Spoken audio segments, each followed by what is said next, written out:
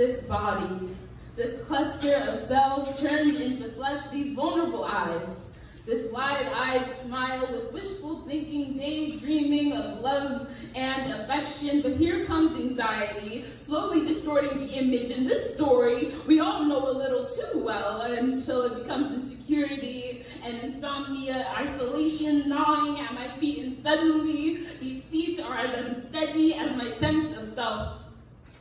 So this moment has me begging for solace in the midst of ruin, and in this particular darkness, I find out what it means to disappear, to wail with a pain so deep my hands are trying to claw it out of my heart, with scraped knees hitting the concrete, and somehow my bloody sacrifice still does not appease, even as this bleeding rose spreads beneath me.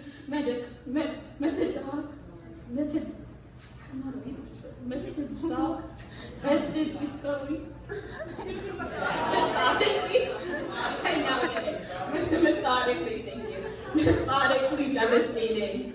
And I wonder when my body decided to hate me, or maybe it's the other way around.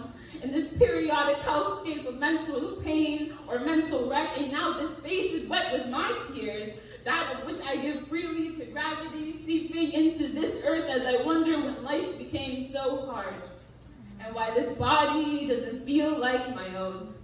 This life, this want to not exist, this want to not disappear, because sometimes the unknown scares me more than the pain of the now. So I hold tight to this moment, this word blooming into a sentence, the sentence formulating into a paragraph, this paragraph heaving its way into a monologue until I see some action, finally the right reaction to perhaps regain the confidence violently ripped from me. Until this very minute, this second, this ending, but I'm not done yet, so really I mean to say this beginning. So let's go back to the beginning with this body. Somebody commented on my body, whether it was negative or positive, it's irrelevant, because the simple act of being perceived almost destroyed me. I felt discombobulated, disjointed, because why did they see me? Nobody is supposed to see me. Don't they know I'm invisible? So when I think no one is watching, I remind myself to shrink, to redefine this personality in order to become a bit more accepted and a bit less different. Because diversity has become a chore, and this body isn't something I understand anymore, and so I distract myself with constant contact with bubbling community and conversations so late into the night they make a convenient disguise for insomnia. And I think that it's easier to say I don't know who I am without the pain than it is to admit that I hate myself. But they both mean the same thing anyways. But I didn't want my people to know this, actually forget that you heard this, and instead let's go back to the ending.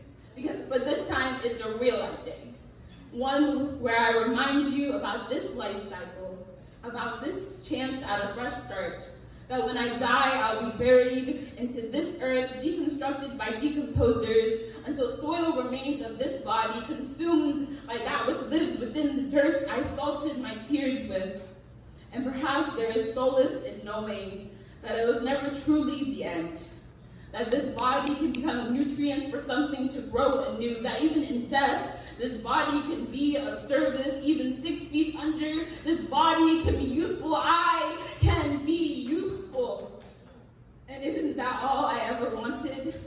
To finally be accepted in my totality, to have this body and know that it was for something greater than myself, because I don't think I can ever be enough to sustain me. Actually, I don't think I can ever be enough.